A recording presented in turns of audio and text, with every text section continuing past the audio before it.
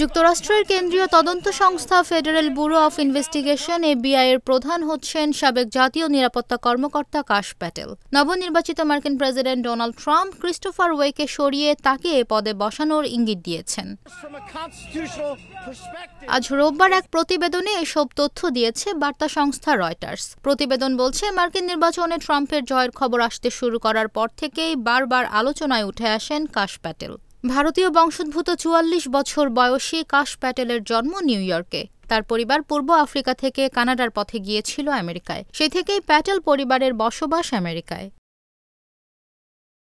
ট্রাম্পের প্রথম মেয়াদে জাতীয় গোয়েন্দা বিভাগের পরিচালক এবং প্রতিরক্ষা সচিব উভয়কেই পরামর্শ দিয়েছিলেন প্যাটেল। এর আগে এফবিআইকে গোয়েন্দা তথ্য সংগ্রহের ভূমিকা থেকে সরিয়ে দেওয়ার এবং ট্রাম্পের এজেন্ডাকে সমর্থন করতে অস্বীকার করা যে কোনো কর্মচারীর পদগুলোকে শুদ্ধ করার আহ্বান জানিয়েছিলেন তিনি।